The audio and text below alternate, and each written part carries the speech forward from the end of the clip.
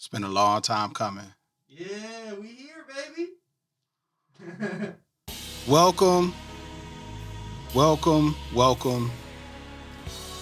to the Zero Noize Podcast with Rod Wallace. Today we're here in Grove Studios. I'm here with my man Max. Shouts out to Rick. Shouts out to Eric. Tonight, it is the first episode. We ain't got no bottles to pop or nothing like that. We're just gonna kind of get in and get out and just talk through a little bit about what the purpose of all this is gonna be. First of all, I want to give a shout out to our sponsors. First, Leon Speakers in Ann Arbor. Leon Speakers, they do a fantastic job creating high-end home audio. They are a partner of mine for a number of reasons that we'll get into. Also want to give a shout out to Dirty Avenue Clothing from DMV. They're supporting the podcast as well, supporting the cause. As well as Project Plug-In. Project Plug-In is producing this podcast along with Mindstate Marketing and Grove Studios. I'm proud to announce that we'll be working together to make this a reality. So I guess the first thing would be to talk about why I've chosen to do this and who I am and why I feel like this is the best format for me to create something. My name is Rod Wallace.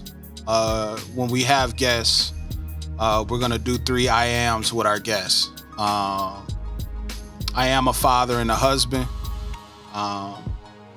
I am an educator and a musician, and I am curious about a lot. Born in Flint, Michigan. I graduated from Flint Central High School and went to Eastern Michigan University, started studying education, went into the city of Detroit, taught in Northwest Detroit for 8 years, became a high school administrator. I was a middle school and high school administrator for 10 years, and then came back to Eastern to direct the program. And during that time, during that time, I had the opportunity to create music. And I had successes, I had failures, and that's one of our 3 things we're gonna talk about tonight. But overall, it was just a permanent part of who I was. So what I'll first say is that this is not just solely a music podcast, it's a people podcast. And we're going to be looking at and talking about music through the perspective of people. So there will be a lot of times where we will be having conversations with people here and talking to them about what they do. And I know, I know a few people, and music is one of the things that connects me to a lot of people. So we'll be talking through the things that they're doing and the ventures that they have. And everybody has a story and everybody has something that's going on that we can support. But we'll also do it through the framework of music. Because when I came to Eastern, I started studying for my doctorate in education. And what I wanted to do was I wanted to study how hip hop impacts education. So I'm about a few years in. Hopefully we'll be going through the entire process of me completing my pathway towards my PhD. And we'll get into that a little bit as we move to podcasts to come in the future. We're going to be talking to a very diverse group of people from all different walks of life. But again, music is the thing that will connect us. And my hope is that each person will be able to come in and speak to an album or a body of work that changed their lives. Because to me, hip-hop albums are a historical document. Hip-hop albums captured a moment in time, not only for the person that created it, but for the person who heard it. So we'll be talking through a lot of things involving how the album was created, what the impact was, issues surrounding it and using that to really frame our discussions with people. That's really the biggest source thing, the biggest source for this podcast. I'm a black man in America. A lot of what we will talk about will engage in discussions about race, equity, classism, and all of that, but we'll have some fun too. That's really important. We won't be in one place. We all living through COVID right now. So we'll be at Grove. We might be at my house. We might be at Leon Loft in Ann Arbor. We might be in the middle of something. I don't know. But we just want to start this, and we want to start this adventure the right way by kind of just explaining. So again, my name is Rod Wallace. And we like to start with three things. And three things just help to just kind of frame where we are right now in time. Because as much as this is for entertainment, it is also a historical document. I think about a lot what I will leave when it's time for me to go. And my plan is to leave something behind for my children so they can make sure they know who I was. I do have two children. I got a 7-year-old daughter and a 9-year-old son. We live a little bit closer to Detroit. And I see everything that I do through their eyes. So the first thing I do want to just touch base about is success and failure. This ain't the first time I did a podcast. And success and failure is not black and white. The fact of the matter is we get a chance to, I've been blessed to be in a position where I can try stuff and fail at it and fail up. And I would be remiss not to acknowledge the people who came before me in this, who inspired me. Not only the Combat Jacks, the Joe Buddens, but also the Larry Kings. Also, the shows that I would watch as a youth where they would talk and they would ask the real questions. And that's what I plan on doing here. Our plan is not to be controversial. We don't want to just go out and seek the highest, we don't want to go out and just seek whatever the hottest button topic is to talk about and things of that nature. Because again, this podcast is about people. So we'll be talking to people about their lives and really digging deep into what got us to this place. The second thing I want to talk about today, and when I do three things, I'm just talking about things that's on my heart as we come to it. The second one today that I want to say is support people around you. And I'm going to talk specifically about music and supporting people in music around you today as well. But what's interesting to me is when I look at hip hop music, what I have always done is looked at hip hop as a bigger than life kind of entity in my world that exposed thought, that engaged in dialogue, that engaged in critique of society. And that's exactly what it is. But by working with Grove Studios the last couple of years, it's really forced me to focus on really paying attention to what's happening around me. And what's great is that there is a fantastic community of musicians that are around me that are making music. Some I have relationships with, some I don't. But I enjoy spending my time supporting them as opposed to solely focusing on what's going on in the broader scope of hip hop. Because if you focus right now solely on the broader scope of hip hop, you might be disappointed or you might think that it's not growing. And I'm not just talking about hip hop, I'm talking about music in general. At Grove, right now we got a rock band in one room. We had a singer and an engineer in the next room. And then in the next room, we got a psychedelic funk band.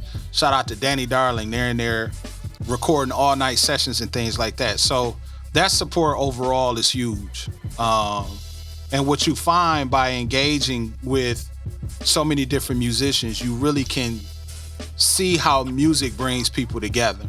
So, for example, today is one of them Bandcamp waiver days, and it's people putting out projects. Make sure that you support the people who are making music around you, and not just those who are finessing you into supporting them. And what does support look like? You know, you got people that are selling merch. You got people that are selling their music, selling their tapes. Hopefully soon we get back to a point where we can get to seeing people perform again. All those things are extremely important. And I think that what we'll find is it will become more important as time goes on. The third thing that I wanted to talk about was, the story that's going around involving teachers and returning to schools and things of that nature. And there are people who straight up do not want to go back to work. Not because of COVID, but we have to acknowledge that it's people that just don't want to go back to work either. And the truth of the matter is we do want to make sure that we keep everybody safe, but I don't think that we'll recognize how frayed things have become when it comes to education for years to come. The rules are different. We'll talk a lot about the rules being different now. There are no golden calves in education. I'm anxious to be a part of the innovation that comes about from doing some different things with education. So those were the three things that were on my mind as I came in. Those are some of the things that we'll be talking about with our guests as well. So typically during our podcast at this point, I would be introducing our guests, but this time the guest is me. So again, for those of you who don't know who I am, I'm an educator. And I'm a person who can appreciate the skill and talent and time that's being put into the creation of music. And that is really who I am. Other than that, I'm a humble servant. I can't step to this. What gives me the credibility to be able to come in here and talk about music in depth with people? I was the kid, as I frequently say, I was the kid that was in the barbershop reading the Jets top 20 singles when I was 2 years old out loud to impress the rest of the people in the barbershop. I was the person that was buying music with his paperboy money and with his allowance money. The first tape that I ever bought with my own money was Queen Latifah's All Hail the Queen. But my connection with music goes much deeper than that, much further back. I did put out a project at the beginning of January called Unfreak Black. This would be my 5th project that I've put out. The first 4 are instrumental projects because I view myself as a producer first. But I had some things that I had to say. So I put out a project where it's exclusively me rapping with JB Swift. Will I do another project rapping? I don't know. I might not. I don't know. I also work with the homies, the Dirty Old Men. The Dirty Old Men are a group of producers from all over the country, all over the world, and we're united through music. We have produced 6 albums together, the last of which was an EP called 6 Feet that came out in September. We also put out an album last year called East Grand. So we did 2 projects. All of it was done virtually, passing around files and things of that nature because, not only because of COVID, but because that's how we operate. We're all over the place. We get together once a year in a city and work on music. I'm very proud of everybody in the Dirty Old Men. Jelani Beats from Chicago, Agent Smith from Chicago, RTO from Oakland, Wide Body from Jersey by way of Florida, Diggerhurst from Memphis. We got Mike Notes from Detroit, here with me. You got my man Clark the Spark from Seattle. You got Overlord from Milwaukee. You got cats from all over the place. If I forgot you, I can't forget CX and Gadget and Black Mav down in DMV, as well as Hill Prop, JB Swift from here in Ipsy as well. So music has encapsulated who I have been, along with my responsibilities professionally in the past few years. So My hope is that the time that we spend each week is in building a relationship.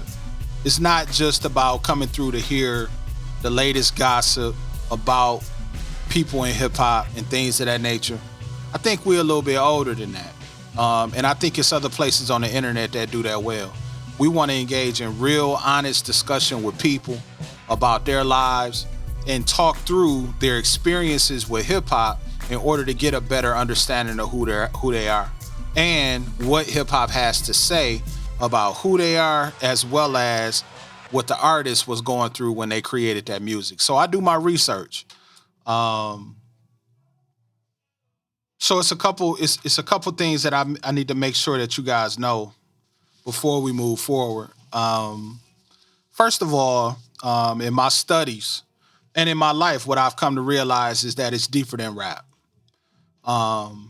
Hip hop as a culture has deep sociological implications because it has been the dominant culture in America for the last 40 years. So although it was created and constructed and it still rests in the souls of African Americans in this country, it is built from a number of other types of music and a number of other different situations. And now it's at a place where it exists in a number of different areas. And one of the biggest things that differentiate hip hop as a culture from rap as music, I think rap music is a commercial enterprise. And I think it's very clear when you find that people are creating rap music in an effort to gain either financially or gain socially. However, hip hop is categorized by its fifth element, in my opinion, which is knowledge of self. So my hope is that the artists, the musicians, the people who we bring to the table for this podcast are people who are going to be talking about and working around and discussing music that illustrates knowledge of self. That is the real foundation of our discussions, is knowledge of self. What is it about this music that taught you, that developed you as a person? So it's deeper than rap. Even the things that are gossip, chatty patty type shit in rap teaches us stuff about ourselves and what our values are and what our beliefs are. So that is what we will be primarily talking about. The second thing I want to talk about myself is my taste is multifaceted and multi-generational. Our group of producers and artists is called Dirty Old Men because we love records that's gritty with cracks and pops and dirty samples. Pete Rock, Dilla, Premier, all of that, Madlib, all of that is what we love. However, for me, I've broadened my horizons and expectations and understanding of music to be able to still seek out music that illustrates knowledge of self. So it doesn't have to fit into that type of music that I love to make in order for me to be able to appreciate what it's saying. So there are no limits to a degree when it comes to time and bias. I believe that hip hop is a two-party system just like our government. I think you have conservatives, especially in my age bracket, you have conservatives and you have liberals. The conservatives believe that there is only one way to create and construct hip hop, using a certain piece of equipment, having a certain type of sound, having a certain type of content. I don't believe that because I've seen how hip hop is now used around the world. And the one thing that you find is that hip hop reflects the culture that it exists in around the world.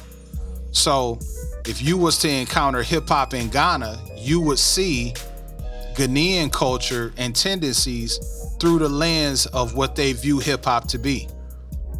Period, point blank. So don't think that this podcast is only going to be about old rap, old hip hop records, 1993 all over again. That's not the way that we're going to operate. Okay. Number 3, I will say there is music, and then there is music that decorates time as well. It doesn't mean that everybody's music attaches itself to the soul just because it's different. And what determines whether or not music becomes eternal? I think it is its ability to connect to our lives. And there's a lot of bullshit music out. And it's a lot of music that I don't listen to. It's a lot of music that I don't like. We're going to try to focus around music that is progressive, music that is moving forward, music that is nuanced. Those are the things that attaches me to music at this point, because after 40 years, really close to 50 years total, but 40 years really where hip hop music has been widely available, we've heard everything. So I'm looking for people who are innovative. And again, this is what requires me and forces me to focus around people who are making music around me. That's what I like to listen to, because it gives me a chance to not only hear what they have to say, but it gives me a chance to kind of know them as a person. There are people who are making music that are larger than life. And although they still had a capacity to speak to our spirits and our souls, it's good to be able to touch that person. It's good to be able to be close to that person or see that person in your face. And that's why my interest is in bringing artists to the table, engineers to the table, producers to the table, so we can talk through the thought process that exists in creating the music that they're creating. This is a crucial time in the history of music, and the music industry. And I think it's two separate things. We good? It's a crucial time in the history of music because we have the technology to be able to do anything musically. When it comes to the manipulation of audio, and I am a recording engineer, mix engineer, mastering engineer as well, I know the technology. Technology will allow us to do anything. So where does the innovation come from at this point? I'm interested to see what will happen next. I used to tell my friends all the time that when you get to a point where you can pitch a sample and keep it in key, then what is next after that? We have access to hundreds of thousands upon millions of sounds. You got organizations like TrackLib. You got organizations like Splice to be able to get any sound at any time, at any volume, with any texture. So where does the nuance come from? It's only 12 keys on the keyboard. So where does the nuance come from? The nuance has to come from what the music is actually saying. And it's a special time in the music industry because COVID has destroyed any old models, and streaming has essentially took over. And streaming was in place before COVID occurred, but now it's very clear that you have to be creative in the methods and manner in which you engage with your artists. That's something we're going to be talking about on this podcast. We have people around us who are using music to do a number of different special things. And so I'm really excited to be able to bring those people to the table for you so you can listen to the things that they are doing and creating. We are already working with the Amplify Fellowship, which I didn't mention at the beginning, doing the What Now Music Industry Forum. And during that What Now Music Industry Forum, what we do is we bring musicians and industry insiders and music artists together to talk about how they've managed this pivot. How are they integrating music into education? How are they integrating music into the other things that they do? And we'll also have some returning guests who just come through. These just my people. They just love to come and kick it with me. Shout out to Quentin Barrett. Shout out to Brandon Scarborough. We'll be bringing people through on a regular basis just to come talk. Above and beyond the highly regimented things that we might do, I think there's value in us just spending some time to kick it. So the next thing for me is it's a crucial time in the future of education as well. And for me, hip hop and education is joined in a way because I'm a hip hop based teacher in my heart. Hip hop based instruction is something that is very close to me. Critical hip hop pedagogy is typically what it's referred to. Um, and there are no golden calves when it comes to education. So of course, we're gonna be bringing people who are engaged in education to the field as well. Again, they'll still be framing their discussion through hip hop. So it still will be hip hop at its base. However, it's important that we know and understand how hip hop has the capacity to impact the things that people are doing. The next thing, I had dope friends who are doing dope things.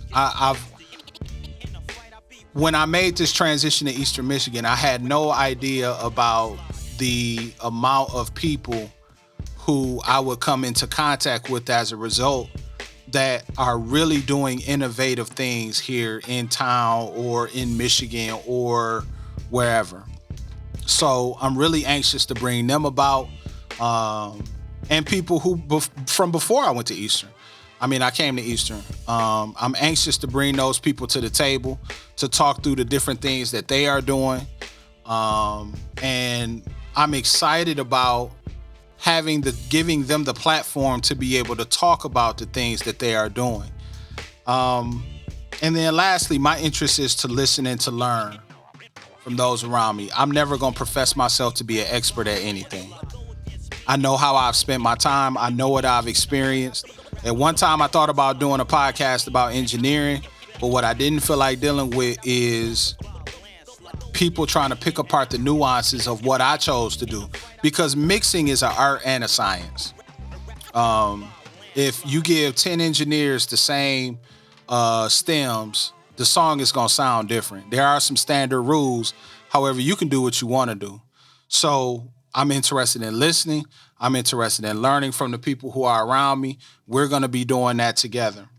The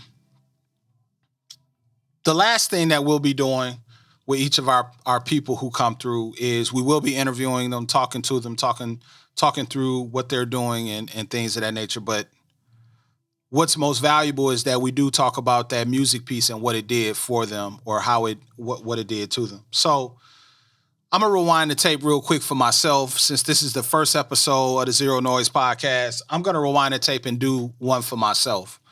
May 16th, 1990, I was a seventh grader.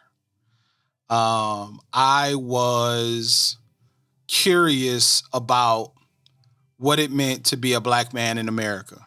I had a father, God rest his soul, who worked in the plant. I had a mother who worked at a bank, and they taught me the value of hard work, the value of family, the value of an honest buck, and the fact that because of the gifts that I had been given, I needed to use them in a very particular way in order to get ahead in society. And because of that, I had the opportunity to go to school with a very diverse group of individuals from all over. I'm from Flint, from all over Flint. And it really helped to frame my understanding of who I was. Shouts out to Sam Webb. Sam gave me a book back in seventh grade. It was called Message to the Black Man by Elijah Muhammad. He would come to school and he would read it. He'd also be eating sausage biscuits, so he wasn't hearing the part about pork, I guess. But it drove up my curiosity about being a black man in America, because up to that point, the only time that we had an opportunity to explore being black was during Black History Month. And you hear about the Crispus Attucks and the Harriet Tubmans and people of that nature. But I was really more curious about what was happening around me at that time. So by this time, NWA was a reality. BDP was a reality. Public Enemy was a reality. I was introduced to Public Enemy by my man Gerard Smith from down the street. I'll never forget, I was riding my bike and his mom wasn't home. He was about to graduate from high school during the summer. And I heard him blasting Rebel Without a Pause. And I had never heard anything like that in my life. And so I took a liking to Public Enemy. I really started to learn about everything that Public Enemy had created. I remember when Public Enemy created Fear of a Black Planet in April of 1990 because my father took my brother took me and one of my neighbors whose name was Andre to the record store to get Fear of a Black Planet. And I listened to it. I remember it had the lyrics and everything all kind of on a little paper. I don't know where that paper could be today, from the tape or whatever. And it had been involved in some controversy because it had the song Welcome to the Terror Dome on it. And it was considered to be somewhat anti-Semitic because he said they trying to treat me like Jesus or whatever. So it was somewhat controversial. And then, this was all done in the context of, rap pages and the source was around, I believe, but I wasn't as attached to the source at the time. So I knew about Ice Cube leaving NWA, but obviously I didn't know the entirety of the story. But on May 16th, 1990, Ice Cube, in my opinion, dropped the greatest album in the history of hip-hop, America's Most Wanted. Now, my cousin, Quentin, who we call Cube, loved Ice Cube. He had it before I did. And actually, I didn't buy it until later on because back in them days, I dubbed it from him and took it home. And I never forget I dubbed it because it cut off the last song, The Bomb, at the close to the end. Again, Fear of a Black Planet had come out. Fear of a Black Planet had production by the Bomb Squad, Hank Shockley, Chuck D, and it just changed the way that I saw myself because a couple of things happened on America's Most Wanted. First of all, every time Ice Cube was trying to profess himself to be the most gangster person that he could, he always lost. He always lost. When you hear, at the beginning of the album, he gets electrocuted for something. When you hear America's Most Wanted, he gets caught.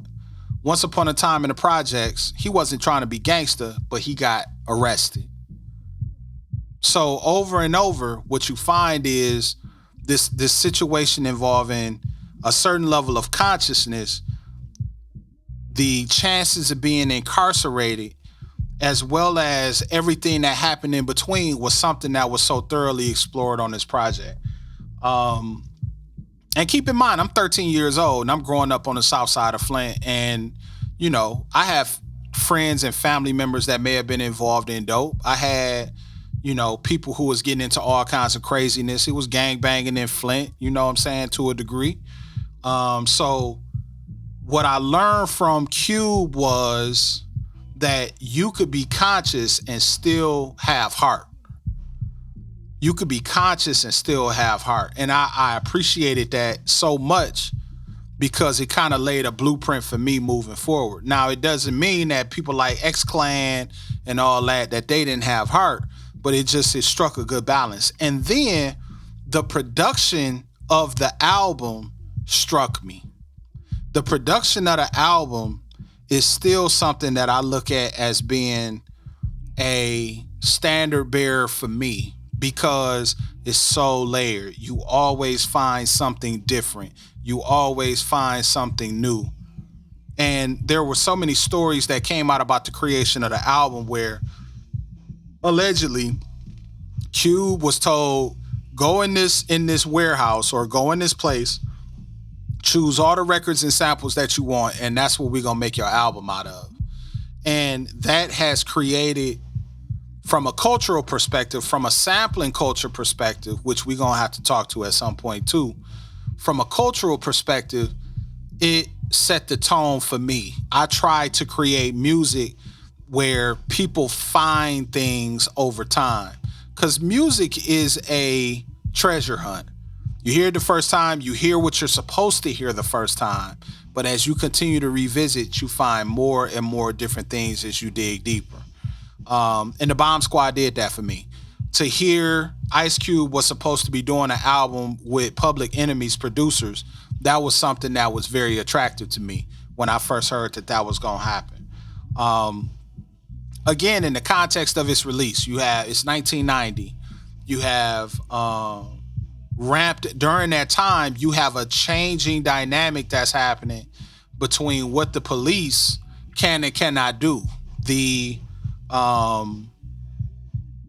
There was legislation that was put in place to militarize the police in the mid 80s. That in LA, especially, there was an all-out war with gangs at that time, and the police's involvement and engagement with that was something that drove a lot of the content on that project.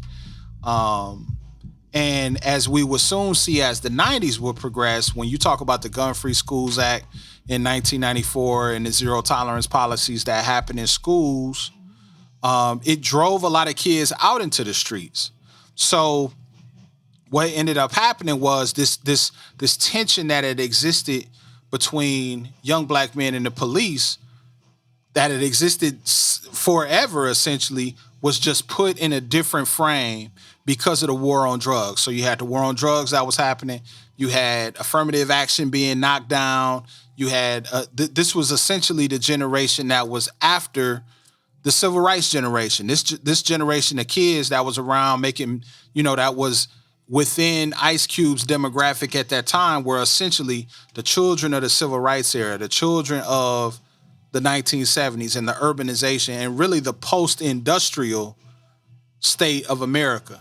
And that's what hip hop was born out of. So what Ice Cube brought to the table for me was something that really gave me a context to understand that things were bigger than me, and you had to be diligent, you had to be strong, but you also had to have consciousness.